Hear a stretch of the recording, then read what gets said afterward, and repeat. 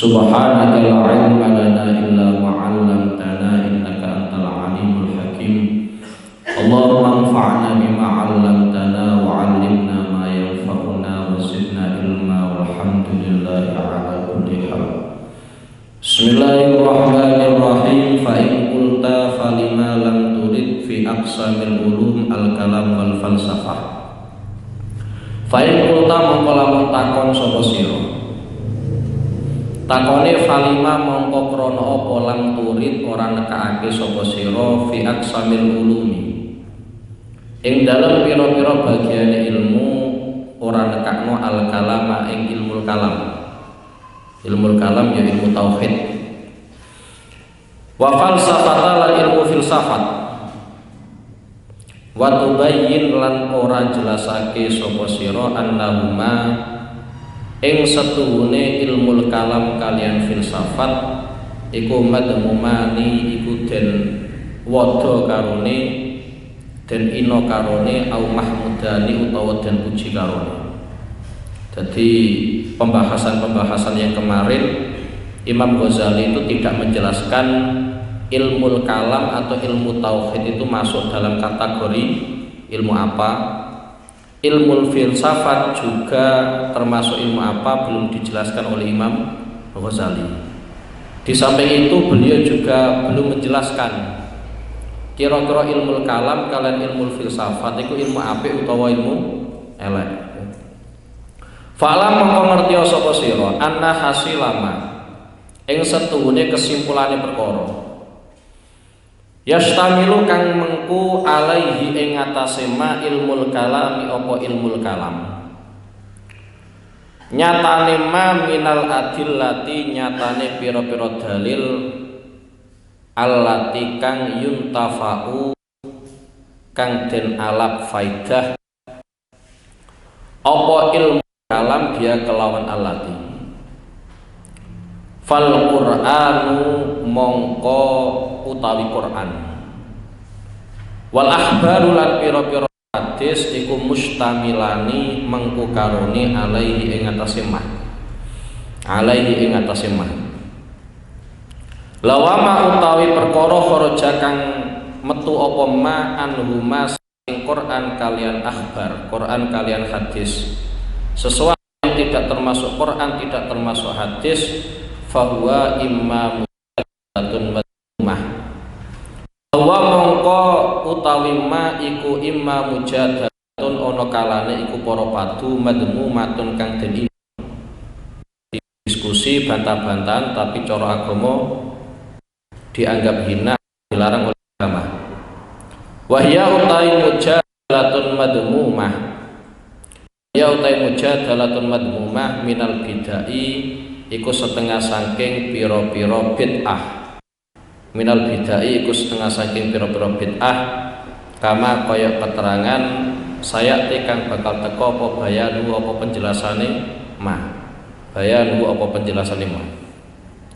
Wa imma musaghabatun sesuatu yang tidak termasuk Quran tidak termasuk hadis itu ada kemungkinan yang kedua wa imma musaghabatun lan ana kalane ya para padu tukaran bita'aluki kelawan hubungan gumantungan bimuna qadatil firaqi kelawan like utawa pertentangane pira-pira golongan laha krana arai musababah, atau kemungkinan yang kedua terjadinya dalil-dalil yang keluar dari Al-Qur'an yang keluar dari hadis, itu kemungkinan karena kefanatikan terhadap kelompoknya masing-masing ya. Jadi orang nopo kepentingan agama boten, tapi karena ada kepentingan kelompok masing-masing. Wa tatwilun lan iku ndawakno binaklil maqalati kelawan nukil pira-pira dawuh allati kang aksaruha kang utawi luwe akeh-akeh allati ku turahatun iku pira-pira perkara kang batil. Jadi menukil beberapa dawuh, beberapa komentar yang mayoritas itu adalah komentar-komentar yang batil nih. Wa hadayanatun lan pira-pira omongan gak ono faedahe. Ya cara istilah wong biyen biasanya omongan gremeng. Nggih, omongan gremeng omongan sing ora ono faedahe. Tasdari kang ngrendahno. Tasdari kang ngrendahno ha ing turahat kalian hadayanat attiba'u apa pira-pira watek sing isih selamat, sing isih orisinil ora kecampuran. Watamujulan nglepeh, watamujulan nglepeh ha ing turahat kalian hadayanat al asma'u apa pira-pira pendengaran. Al asma'u apa pira-pira pendengaran. Mungkin niki kaitannya jawaban Imam Ghazali kenapa beliau tidak membahas ilmu kalam, ilmu tauhid nggih. Jadi pangeran piro Nabi Muhammad Nabi yang keberapa, kenapa kok tidak dibahas beliau. Kemudian yang kedua adalah tentang ilmu filsafat. Sebenarnya kedua ilmu itu tersebut ya, kedua ilmu itu termasuk ilmu sing apik utawa ilmu sing elek juga tidak dijelaskan beliau.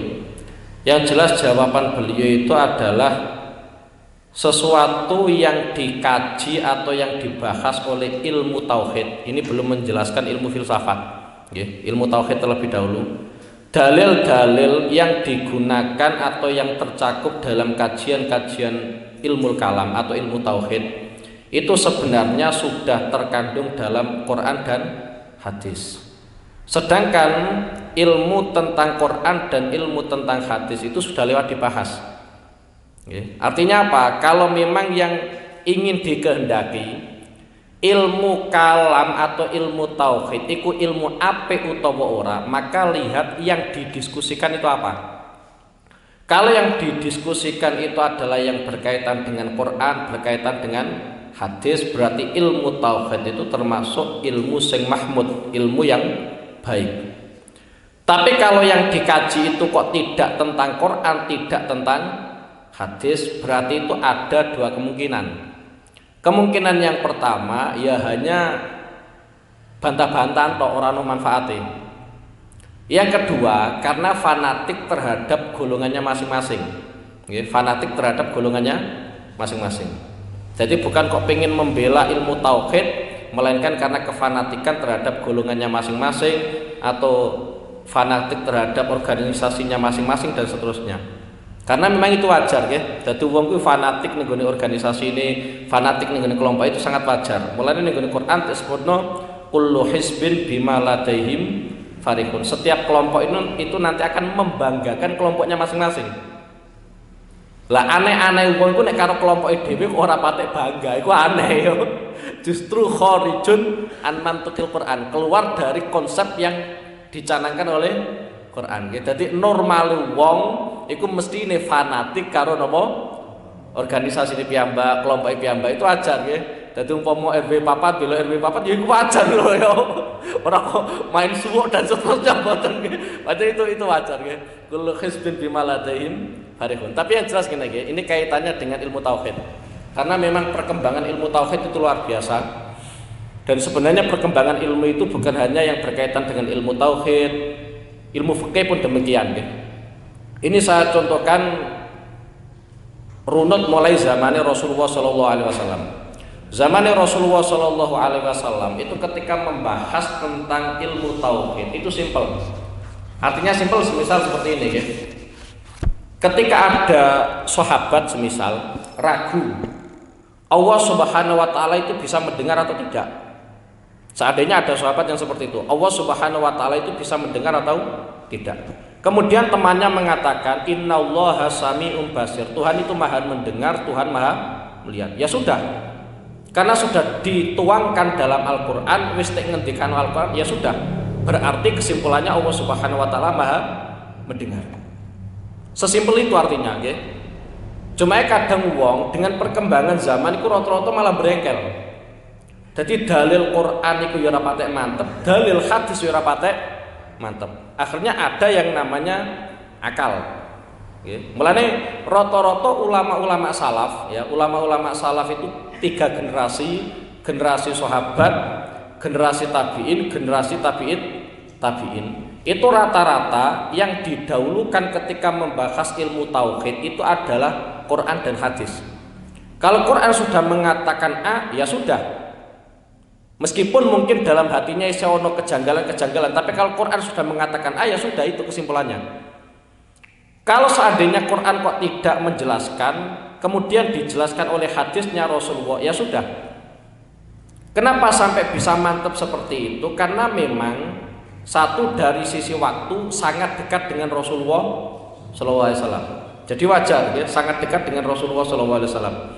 Yang kedua, dari sisi yang kedua, memang beliau-beliau itu tingkat atau kualitas keimanannya, kepercayaan terhadap Quran dan hadis itu luar biasa. Jadi cara gampang ini mantepnya itu luar biasa. Lah kemantepan itulah yang menyebabkan mereka orang kakean omong, ya. Orang kakean ngomong, nek cara omongan kasar ya orang kakean bacot lah kira-kira kayak ngono. Itu saking mantepnya beliau terhadap Quran, mantepnya beliau terhadap hadis Rasulullah SAW. Tapi tidak bisa dipungkiri, sebagian orang-orang dengan perkembangan zaman itu ternyata nek mbok dalili Quran tok ya ora patek percaya. Bukan kok tidak percaya terhadap Qurannya, memang tingkat keyakinannya pas-pasan. Sampean dalili hadis tok ya ora patek mantep. Mung setahun sepisan nganggo dalil hadis, yo. Terus bar pengajian mulai hilang tenan nggih, mung sepisan tok setahun. Kemudian mereka itu sebagian ada yang menggunakan akal, nggih. Sebagian mereka itu ada yang menggunakan akal. Lah ketika musuh kita itu ternyata menggunakan naluri mereka, akal mereka, IQ mereka, maka satu-satunya jalan supaya mereka itu mantap terhadap ajarannya Quran, terhadap ajarannya hadis, maka ya kita harus pakai akal. Mulane muncul-muncule ilmu kalam atau ilmu tauhid itu setelah banyak kelompok-kelompok yang melenceng dari ajaran Rasulullah SAW. Semisal satu contoh seperti ini. Karena kalau kita melihat beberapa dalil Al-Quran itu kadang kontra, kadang apa? Kadang kontra. Antara satu dengan yang lainnya, koyok-koyok itu malah tukaran. Tapi sebenarnya tidak. Contoh seperti ini, Kanjeng Nabi Muhammad SAW itu dapat tugas dari Allah Subhanahu wa taala sebagai penunjuk umat manusia atau seluruh makhluk ila siratim mustaqim. Tapi satu sisi yang lain ternyata Rasulullah itu mendapatkan gelar innaka latahdi man ahbabta walakinnallaha yahdi may yasha.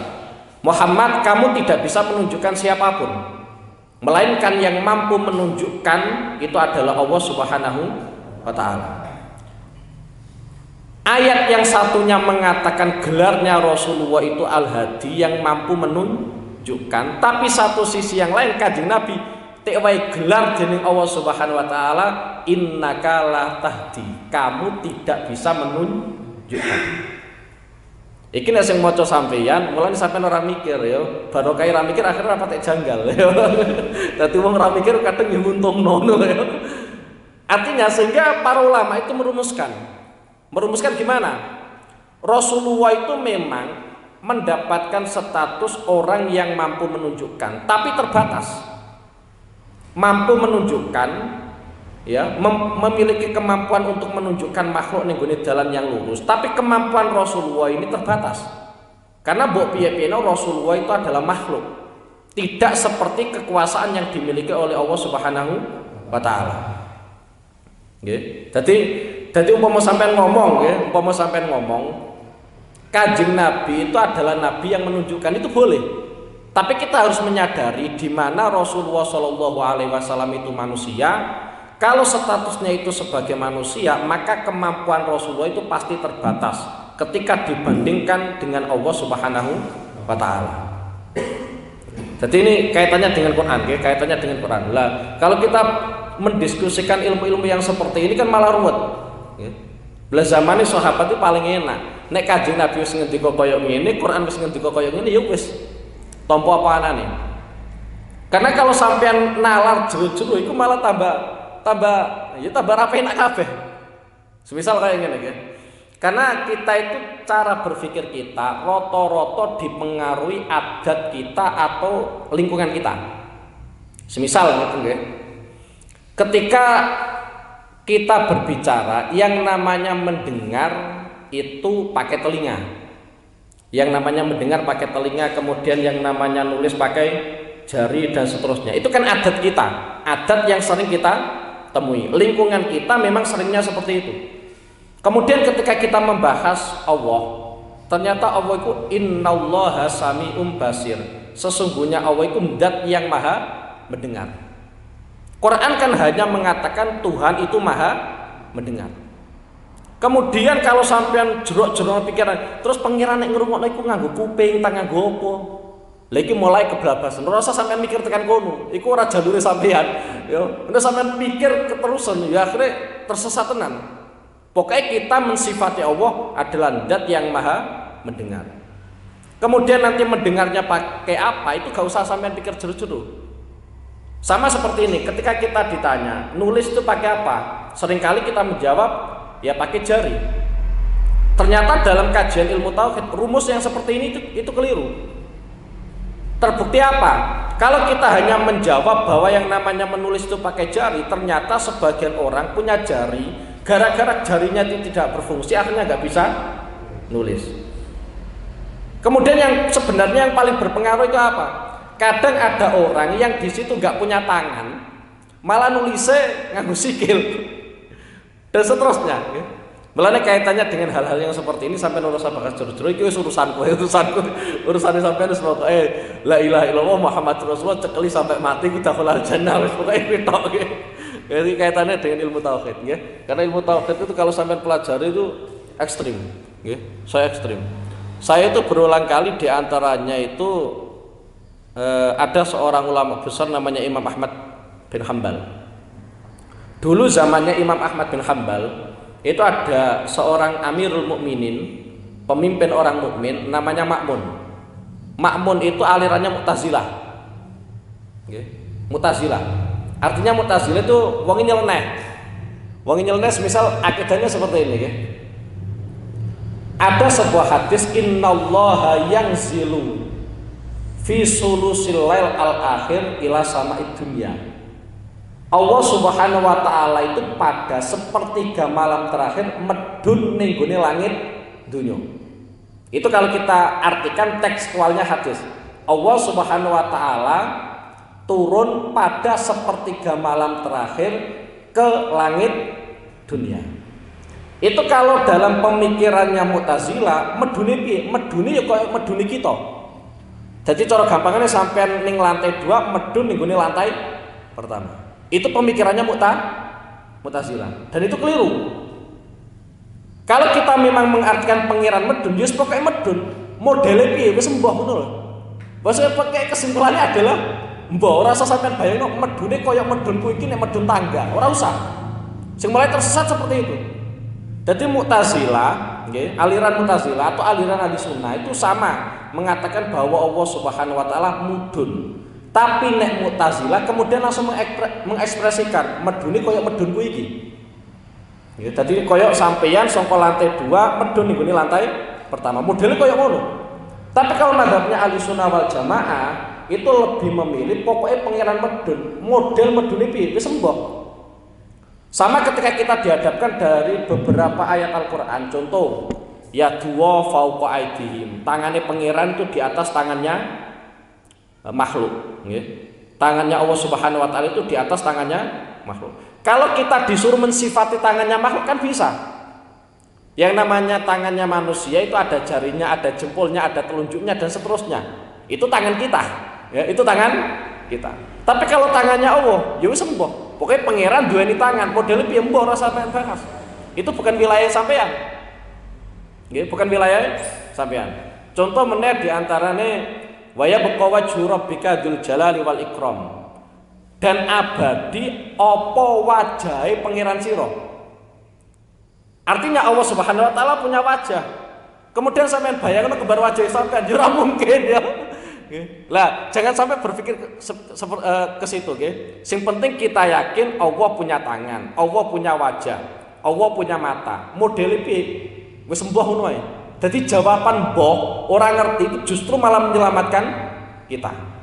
Mulane kebodohan kita dalam hal ini jelas menguntungkan karena tidak membuat kita sesat. Lah, perdebatan-perdebatan yang seperti ini itu seringkali terjadi di kalangan para ulama top-top. Di antaranya adalah Imam Ahmad bin Hambal.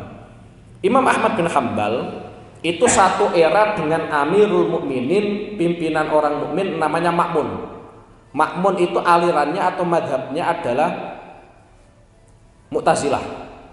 Sedangkan Imam Ahmad bin Hambal itu madhabnya adalah Ahlussunnah wal Jamaah. Ma'mun itu punya keyakinan, dalam Mu'tazilah itu ada keyakinan bahwa Quran itu makhluk.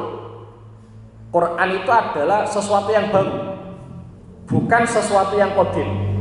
Kalau Allah sesuatu yang qadim, tapi kalau Quran adalah sesuatu yang baru. Jadi sing jenenge makhluk iku piye-piye anyar. Nggih. Meskipun sampean ngomong zamane baik itu sing zaman kuno lho, iku tetep diarani anyar. Karena dibandingkan dengan Allah Subhanahu wa taala. Jadi Allah itu qadim, sesuatu yang dulu. Cara madzhabi Ahlussunnah wal Jamaah Quran itu juga qadim. Tapi madzhabi Mu'tazilah mengatakan Allah itu qadim, tapi Quran itu hadis atau sesuatu yang baru atau makhluk. Karena yang memiliki kekuasaan itu adalah Ma'mun, ya, kekuasaan itu Ma'mun. Akhirnya ulama-ulama Ahlussunnah wal Jamaah itu dikumpulkan, disuruh berdebat, dan Ma'mun itu memerintahkan seluruh ulama untuk mengakui bahwa Quran itu makhluk. Oke, bahwa Quran itu makhluk, bukan sesuatu yang qadim tapi apa? Makhluk. Sampeyan kan ngapalno apa wujud kidam kan ngono nggih. Engko nek ora ngerti kidam artine apa kan ya repot. Kidam iku dhisik ngono pokoke dhisik nggih. Lah Quran itu adalah qadim cara Ahlussunnah, tapi cara Mu'tazilah hadis. Akhirnya Ma'mun itu memaksa seluruh ulama mengeluarkan sebuah pernyataan Quran itu makhluk. Tapi Imam Ahmad bin Hambal tidak mau, karena Imam Ahmad bin Hambal punya keyakinan bahwa Quran itu qadim. Karena Quran itu adalah dawe Allah. Nek dawe Allah berarti qadim. Itu prinsipnya Imam Ahmad bin Hambal. Saking kuatnya prinsip itu mengakibatkan Imam Ahmad bin Hambal itu dipenjara sekitar 28 bulan. Jadi 2 tahun. 2 tahun luwih. Itu Imam Ahmad bin Hambal hanya untuk mempertahankan prinsip Ahlussunnah wal Jamaah bahwa Quran itu adalah qadim dan tidak makhluk. Itu sampai di penjara 2 tahun lebih. Banyak perjuangan tenan. Bukan hanya di penjara tok, tapi juga dicambui. Saking ekstrimnya. Itu pemerintahnya adalah Ma'mun pada saat itu. Tapi pada akhirnya ketika Ma'mun itu meninggal, akhirnya Imam Ahmad bin Hambal itu dikeluarkan. Jadi perdebatan-perdebatan kaitannya dengan ilmu tauhid itu nek sampean jero-jero ya pancen ekstrem tenan, nggih. Ekstrem tenan. Pun nggih, dadi iki kaitane kalian ilmu tauhid sampean ora usah jero-jero, pokoke yakin pangeran iku ana, pangeran iso ningali, pangeran iso midhanget dan seterusnya. Padha karo sampean iku lho ya. Ngger ngapono Allah wujud kita bakok mukhalafatul lil hawa. Iku wis pokoke sampean apal, sampean resapi wis iku wis menyelamatkan kita lah daripada sampean bahas ilmu tauhid jero. Lah repote kuwi zaman akhir kuwi wong ora patek paham iku. Ya wong ora patek paham ngene iku. Mulane bolak-balik banyak kasus di mana menuduh orang lain dikatakan musyrik hanya sebuah amalia yang kesannya itu seperti muji Allah Subhanahu wa taala. Di antara yaitu maulid. Maulid itu kan ekstrim. Di sebagian kelompok ekstrim mengatakan bahwa itu musyrik, itu kafir itu. Ya, bukan hanya bid'ah, ya, kadung musyrik, kadung apa? Kafir. Padahal dalam prinsip Ahlussunnah wal Jamaah itu sebagaimana dalam kitab Burda itu kan ada ya, da'mat da'athun nasara fi nabiyyi wahkum bima syi'ta syai'an wahkum wahtakimi ya. Jadi harapannya Rasulullah itu adalah sampean muji Kanjeng Nabi sak pol-pole silakan. Tapi jangan sampai mujine sampean itu sampai memposisikan Nabi koyok posisine Allah Subhanahu wa taala. Mulane wonten hadis la tatruni kama atrot tin nasoro nabiyahum. Kamu kalau memuji saya jangan berlebihan sampai koyok mujine wong Nasrani terhadap nabinya. Ya Nabi alaihi salam. Sama-sama merayakan. Engko Isa Al-Masih tek rayane tanggal 25 Desember. Kan itu apa? Dirayakno. Sampean saiki muludan nggih. Gara-gara Rabiul Awal sampean muludan. Itu sama-sama merayakan, tapi yang satunya atas nama Tuhan, yang satunya atas nama Nabi. Itu kan kualitasnya sudah berbeda. Mulai sampai wonten hadis la tatruni kama atratin nasara nabiyahu. Ya. Pun. Bismillahirrahmanirrahim. Wa ba'duha utawi sebagiane turohat kalian hadayanat iku haudun iku nyilem fima ing dalam perkara la ya ta'ala kang ora ana hubungane kono apa ma bidine kelawan agama. Walam yakun lan ora ana apa syai'un apa suwiji-wiji minhu saking maklufan iku den kawuri fil asri ing dalam generasi utawa ing dalam mangsa al awali kang yakni generasi sahabat nggih, generasi sahabat. Ya pancen enak ngandani sahabat itu penak siji ketemu Kanjeng Nabi penak. Nggih mulane bolak-balik aku nyampekno iku sahabat iku zaman-zaman penak. Artinya zaman penak itu dalam artian ora kok dari sisi perjuangannya enggak nggih. Dari sisi niru Kanjeng Nabi ku penak. Kula sering istilahno sahabat kuwi cara film ngono skenarionya jelas. Rupa Quran. Pemerannya juga jelas, rupane Rasulullah sallallahu alaihi wasallam. Nek sampean kena sangel kabeh. Ape niru aku ya kadang salah. Ape niru Pak RT tambah akeh salah ya ora pantes tiru ya. Lah zaman sahabat ora koyo ngono nggih. Zaman sahabat ora koyo ngono. Skenario ini jelas rupane Quran. Kemudian pemerannya jelas Rasulullah. Mulane Sayyidah Aisyah napa sinten niku nate dipentang-leti. Akhlaknya Kanjeng Nabi pripun? Dijawab kalian Sayyidah Aisyah kana khuluqul Quran. Akhlaknya Kanjeng Nabi Quran. Dadi wong nek paham Quran ya mesti paham Kanjeng Nabi. Tapi nek ora paham Quran ya aja arep paham Kanjeng Nabi Muhammad sallallahu alaihi wasallam. Lah umpama sampean ora paham Quran, ora paham karo Kanjeng Nabi, minimal mendekati orang-orang yang paham tentang akhlaknya Rasulullah sallallahu alaihi wasallam. Karena kadang gini, kita itu jangan-jangan menghindari sesuatu yang biasanya dilakukan oleh Rasulullah gara-gara mengklaim bahwa kita kan tidak nabi, mestinya ibadahnya lebih unggul daripada Rasulullah sallallahu alaihi wasallam. Gini nggih, jadi sampai nek pengen niru sunah Kanjeng Nabi sebenarnya simpel. Amalia kita setiap hari itu sebenarnya sudah mengikuti Rasulullah. Iki tak critakno wonten hadis nek mboten lepat teng nggone Sahih Bukhari. Nek ora lepat teng nggone Sahih Bukhari utawa Sahih Muslim nggih, kula nate maos. Jadi ada 3 orang, ada 3 orang itu memang punya perasaan yang baik aslinya. Karena 3 orang ini menyadari mereka tidak seorang nabi, menyadari tidak seorang nabi. Orang yang pertama itu kalau malam mesti qiyamul lail, jadi nggak pernah tidur. Jadi qiyamul lail terus, orang tahu apa? Turu. Orang yang kedua, iku anggerino poso terus. Ya kerja ngono ya.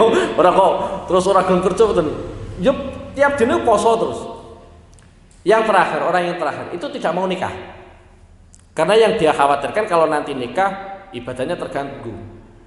Dan ketiga-tiga orang ini ternyata mereka menyadari mereka itu tidak nabi.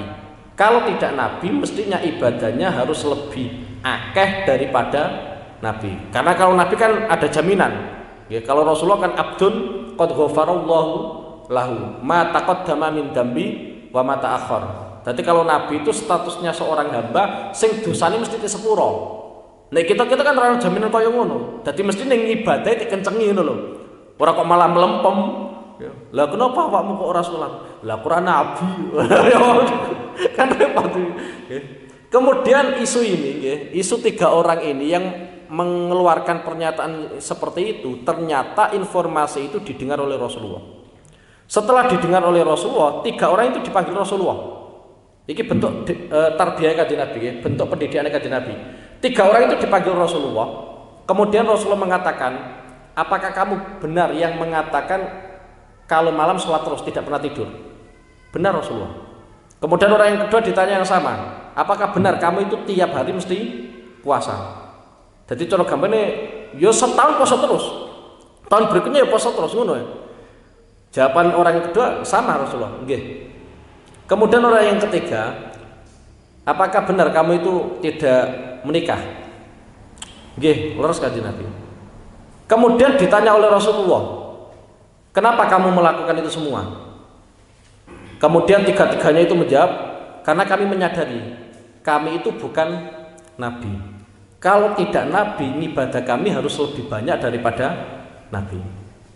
Anehnya Rasulullah itu malah komentar seperti ini. Saya itu nabi. Wong sing paling takwa itu aku. Wong sing paling takwa itu aku. Wong sing paling wedi pangeran ya aku. Wong sing paling ngalim ya aku. Dadi wong ngetokno ngalim mboten napa-napa. Demi kemaslahatan umat ya, demi kemaslahatan umat mboten napa-napa. Kanjeng Nabi itu berulang kali. Jadi sampai 3 kata itu disampaikan Kanjeng Nabi. Wong sing paling takwa iku aku. Wong sing paling wedi pangeran iku aku. Wong sing paling alim ya aku. Aku kuwi nabi, yo kadang salat, yo kadang turu. Kadang poso, kadang mboten poso. Aku itu yo nikah. Dadi nek sampean pengen niru Kanjeng Nabi kaya ngono, dadi dalu kadang yo salat, kadang yo ora salat. Ya pancen turu. Lah repote kadang kita itu malah turu tok ora ono salate. Lho Kanjeng Nabi, statementnya Kanjeng Nabi itu aku ya kadang salat, kadang turu. Nek sampean kan turu terus. Lah empuk iki termasuk sunah Kanjeng Nabi napa mboten? Kanjeng Nabi ngendikan aku kadang salat, kadang mboten. Aku iku kadang poso, kadang mboten. Mulai Kanjeng Nabi yo nek poso sunah iku ya kadang poso, kadang mboten ora mesti poso. Aku iki nabi, yo rabi.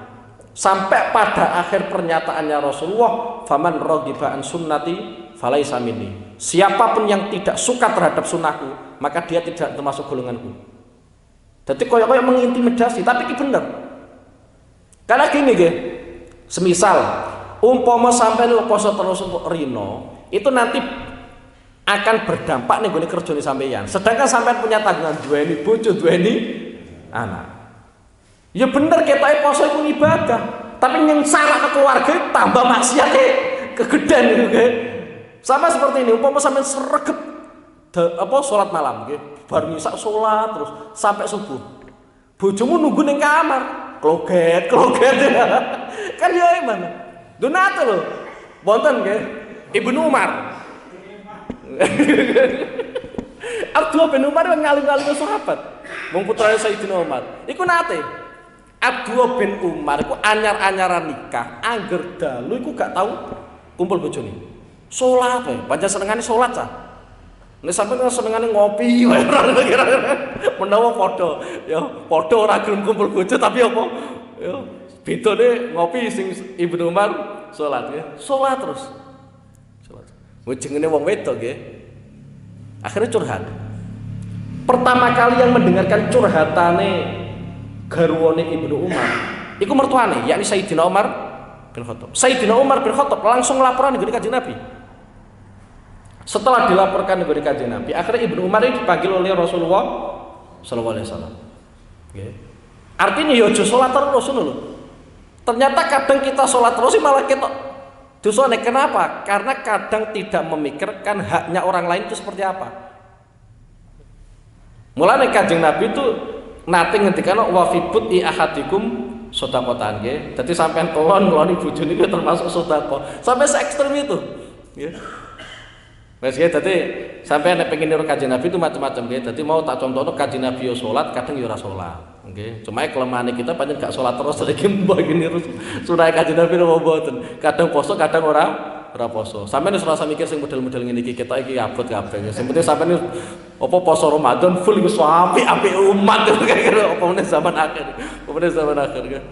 Bismillahirrahmanirrahim. Wa kana lan ana apa al-haudha penyilem fihi ing dalem malaya ta'ala kubidin perkara-perkara sing ora ana kaitane karo agama bil kulliyati kelawan total minal bid'ah iku setengah saking pira-pira bid'ah minal bid'ah iku setengah saking pira-pira bid'ah walakin taghayyara lan ain tetapine berubah la ana ing dalem saiki apa hukmuhu apa hukumi al haudu fihi bil kulliyah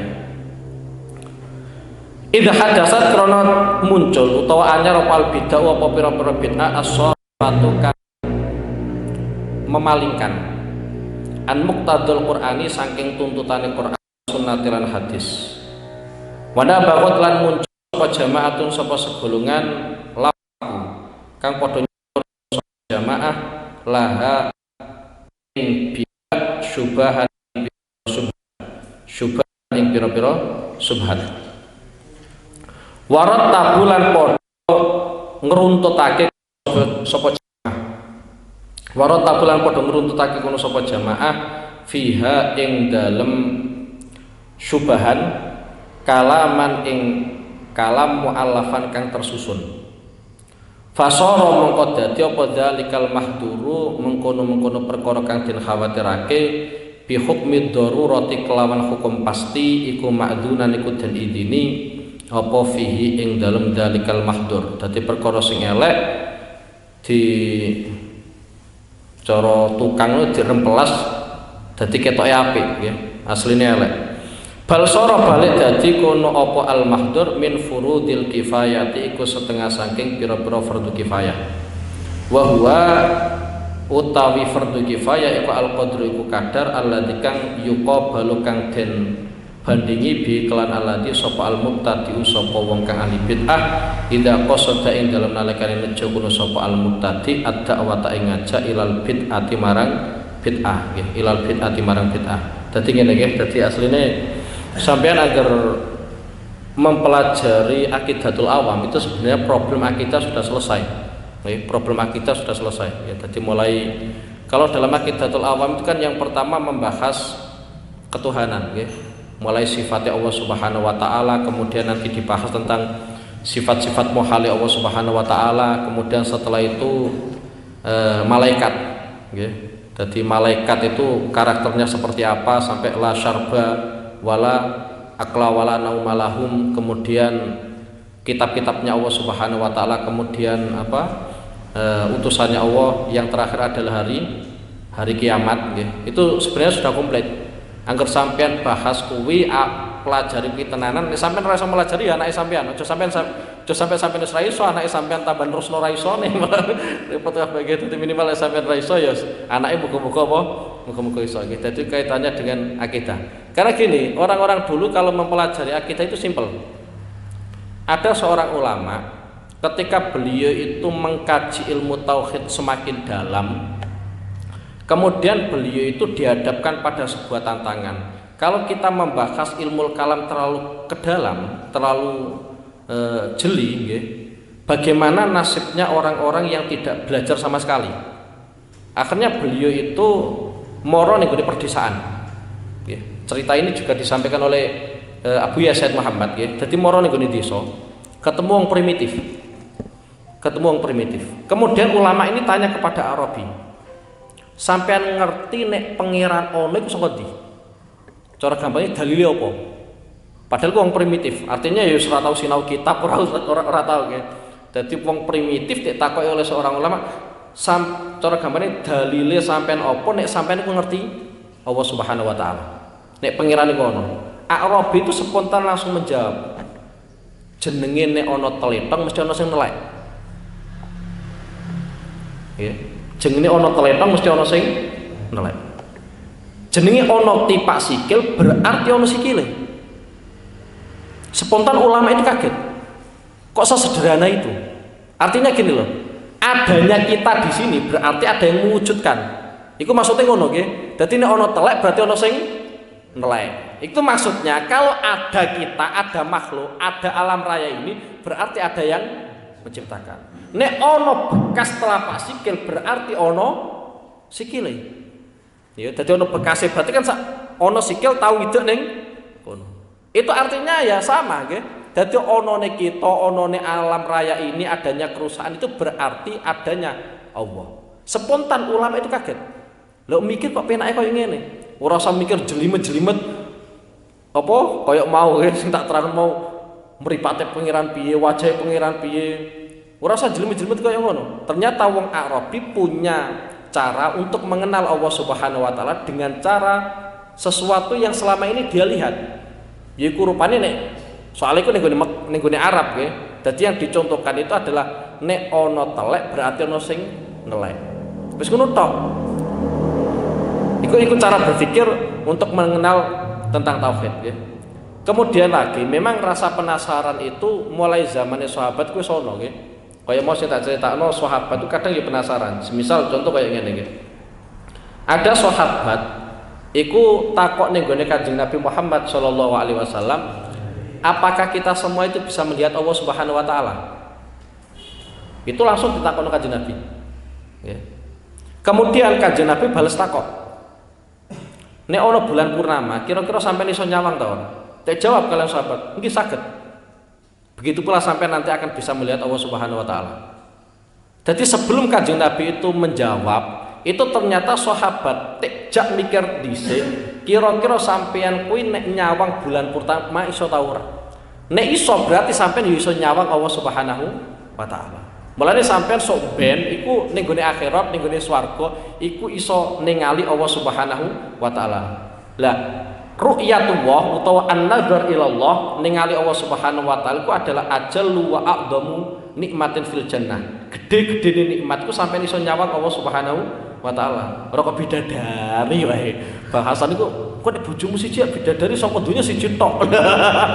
Ora usah mikir kaya ngono. Oh sampean mlebu swarga, mboyo ora jelas kok. Kok iso mikir kaya ngono. Nggih. Dadi nek sahabat macam nggih, sahabat itu jaminane mlebu swarga. Nggih. Dadi yang ditanyakan kira-kira kami bisa melihat Allah Subhanahu wa taala napa boten? Kanjeng Nabi bales takok, kira-kira sampean iso nyawang bulan purnama napa boten? Dijawab saged, ya begitu pula sampean nanti bisa melihat Allah Subhanahu wa taala. Lah, ningali Allah Subhanahu wa taala iku gede-gedene nikmat ning gone swarga nggih. Dadi sampean nyawang Allah iku krasa nikmat. Ana bidadari lali, ana madu, ana arak dan seterusnya itu lupa semua. Dan Al-Qur'an sudah menggambarkan itu. Kenapa kita dikasih gambaran Quran semisal peristiwa Nabi Yusuf ketika melewati wanita-wanita Mesir, wanita-wanita Mesir kok spontan langsung motong drijine dan tanpa terasa. Kenapa? Karena saking ledate, saking nikmati nyawang wajah Nabi Yusuf. Dan ini bukan hanya dialami oleh Nabi Yusuf. Wonten sahabat niku, nggih, wonten sahabat. Nggih, jagungan kali keluarga niku di dalam nggih. Jagungan santai-santai karo keluarga. Iku angger eling Kanjeng Nabi, langsung niku di dalam Kanjeng Nabi. Ngono terus. Dadi nek eling Kanjeng Nabi langsung. Artinya saking ridune sahabat niku Kanjeng Nabi Muhammad sallallahu alaihi wasallam. Sampai rapat rindu dah. Sampai ketemu piye nggih. Iku sampai kaya ngono nggih. Kemudian karena saking seringnya sahabat niku sowan ning gone Kanjeng Nabi, yang faktornya hanya kelingan Kanjeng Nabi tok, akhirnya Kanjeng Nabi tanglet. Nggih. Kenapa sampai nglakoni koyo ngene? Nggih. Kemudian sahabat niku jawab, kula niku khawatir. Jenengan benjang niku mesti mlebu swarga. Derajate jenengan mesti dhuwur ma'an nabiin. Ning gone golongane para nabi. Lah aku iki masuk swarga, tapi ora mesti saged ningali jenengan. Mulane iki mumpung iso ning gone donya, aku nek nyawang jenengan sak puasku. Iku jawabane sahabat. Akhirnya ada ayat turun, wa may yuti'illaha war rasula faulaika ma'al ladzina an'amallahu 'alaihim minan nabiyyin wasiddiqin wasyuhada'i wassalihin wa hasuna ulaika rafiqa. Sampeyan agar taat ning gone pangeran, taat ning gone Rasulullah, engko klasemen iku ma'al ladzina an'ama 'alaihim. golongannya bersama dengan orang-orang yang dikasih nikmat oleh Allah Subhanahu wa taala. Yang pertama an-nabiyyin wasyuhada wassolihin nggih. Wis penak sampean ya, anggur seneng tenanan nggih. Cuma kelemahan kita iki ora patek piye ya. Ngiroh utawa kecemburuan mahabbah ning Kanjeng Nabi itu sangat kurang. Nggih, sangat kurang sekali.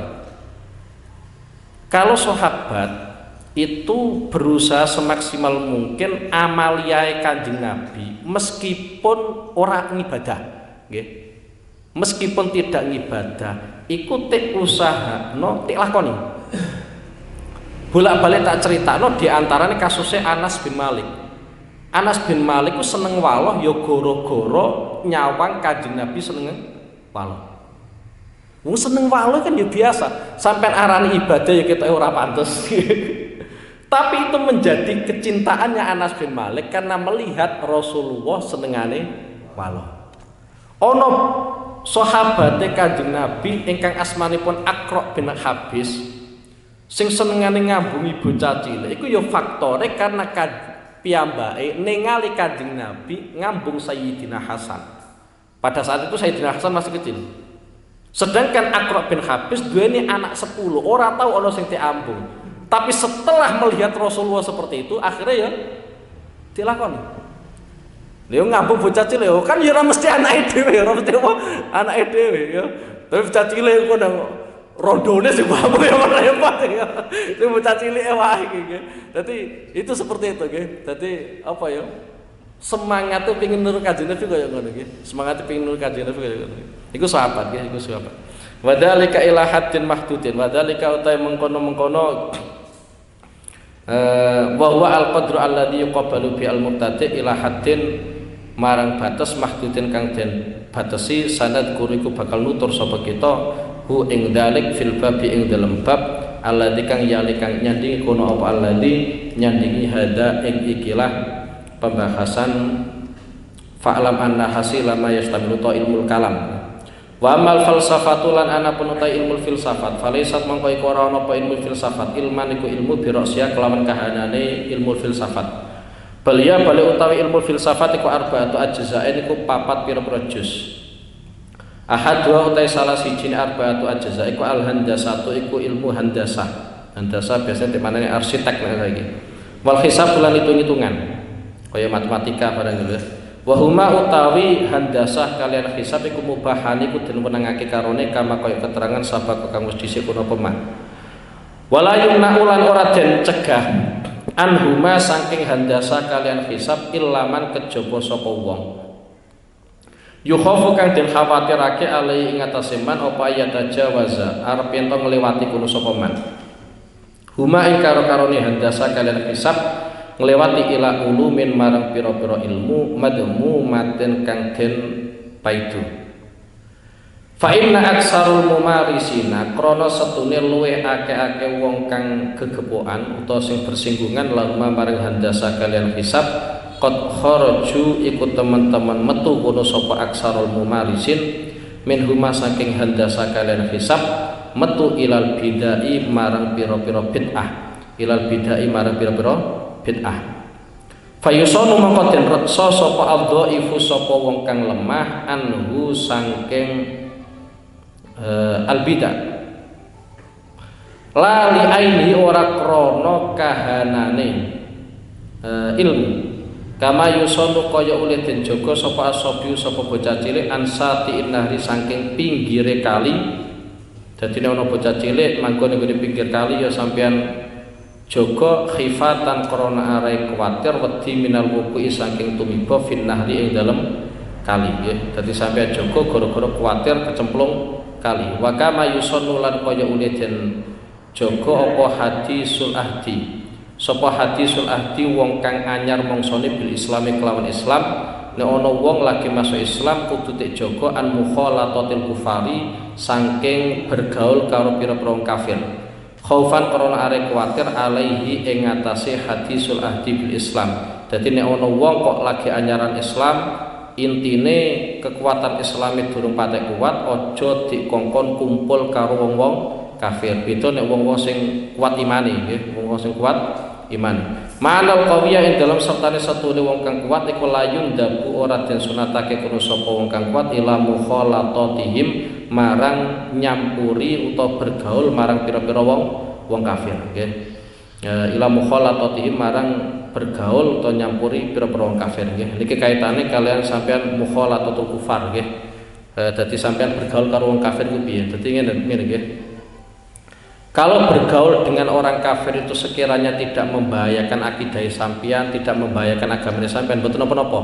Ini masalah bergaul, nggih.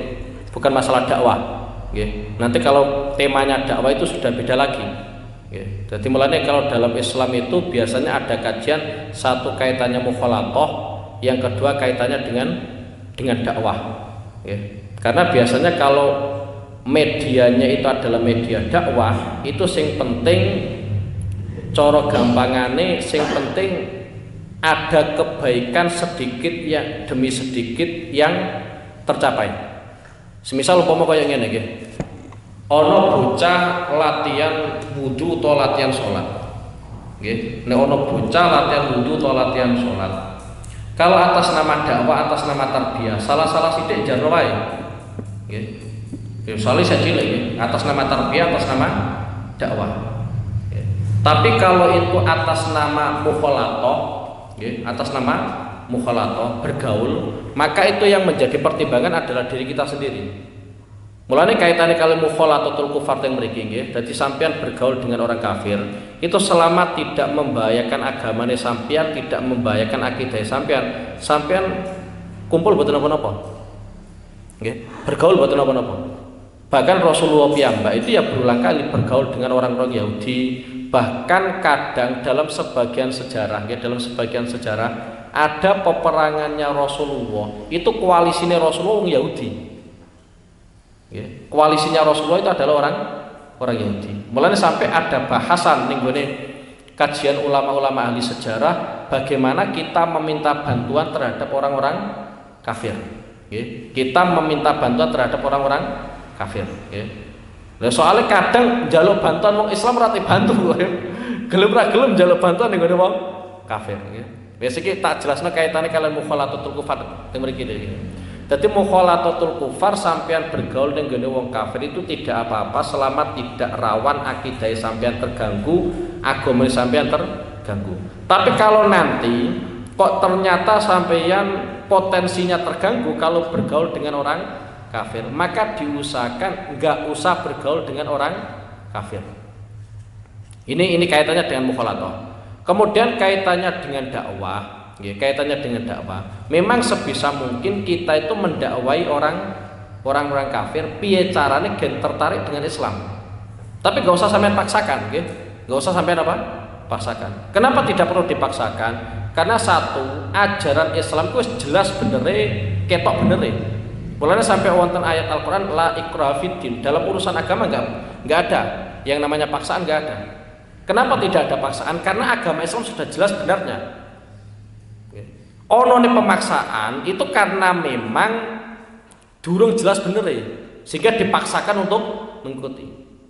Jadi ketika Quran merumuskan kalau ada orang kafir enggak usah sampai paksa masuk Islam. Kenapa ada rumus seperti itu? Karena ada konsep dalam Quran itu saking jelas Islam, saking bener Islam, sehingga nggak perlu adanya pemaksaan. Sampai kalau dalam kajian-kajian sejarah Islam itu ada seorang ayah yang sudah Islam, sudah beriman, sudah jadi sahabat, tapi duweni anak ini bisa kafir. Duweni anak bisa kafir. Karena yang namanya seorang ayah pengen anaknya kuwi Islam, akhirnya bapak ini maksa anaknya kon berislam. Tapi ternyata disalahkan oleh Rasulullah SAW melalui ayat Al-Quran la ikraha fiddin. Dalam agama itu nggak ada pemaksaan. Biasanya kaitannya dengan masuk negone Islam, ya. Masuk negone Islam nggak ada istilahnya apa? Pemaksaan. Jadi ora usah sampean maksa wong liya kon mlebu Islam. Karwane nek pancen jatahin rokok kan yo neraka, jatahin swarga yo apa? Swarga. Yang penting kita dakwah, ya. Yang penting kita dakwah. Karena dalam dakwah itu setiap tetes keringat kita itu tetap ganjar. Dan kalau sampean dakwah gak usah mulu-mulu. Nggih, maksudnya pencapaian ora usah mulu-mulu. Aku pengen dakwah ning Papua. Engko sedina menghasilkan 100 orang masuk Islam, enggak usah. Kenapa?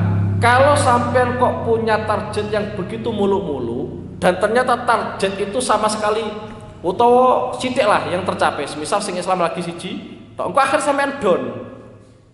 Mulane kalau dalam dakwah itu rumusnya Rasulullah dalam hadis Bukhari itu Sayyidina Ali nate tek dawuh Kanjeng Nabi la ayyadiyallahu bika rajulan wahidan khairun laka min humurin na'am. Allah nuduhno wong siji lewat awakmu iku luwih apik dari kendaraan yang terbaik. Sebagian riwayat minad dunya wa bihadafiriha. Pangeran dudono wong siji lewat sampean, lewat sampean. Iku luwih apik daripada dunya saisine.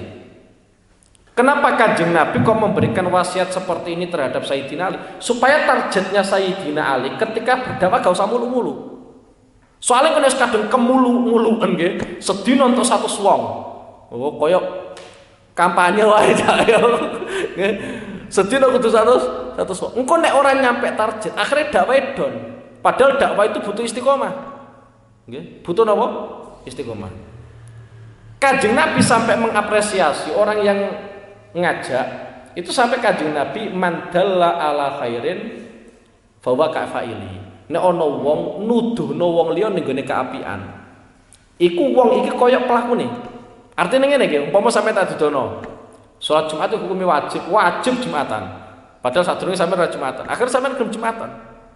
Sampean pas Jumatan yo entuk ganjaran Jumatan. Aku sing biyen tau kadang-kadang yo untuk ganjaran. Sampean entuk 10 aku entuk 10. Sampean entuk 100 aku entuk 100. Tapi yang jelas dalam pencapaian itu Kanjeng Nabi memang enggak mulu-mulu.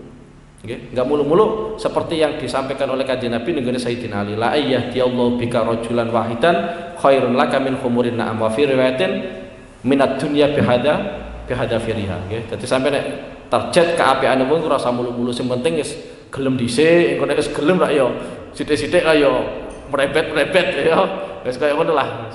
Okay. Bismillahirrahmanirrahim. Ma'anal qawiyya la yundabu ila mukhalatatihim. Watani al-mantiku sing nomor loro mantek bahwa te mantek iku bahsun iku pembahasan an wajib dalili saking wajah dalil carane dalil wasyuruti lan pira-pira syarat dalil wa wajil hadilan arane batas wasyuruti lan pira-pira syarat had wa huma utawi karo-karone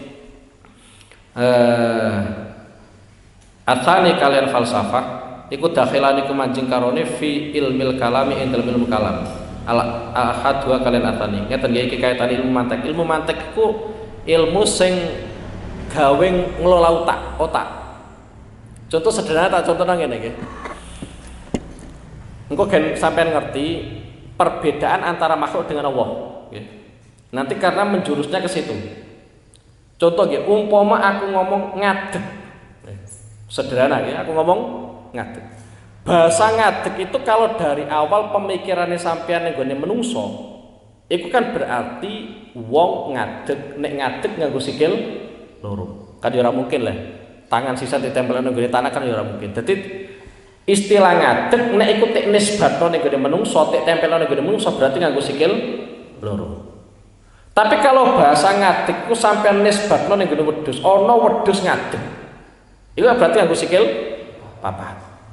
Jadi sama bahasanya itu ngadeg.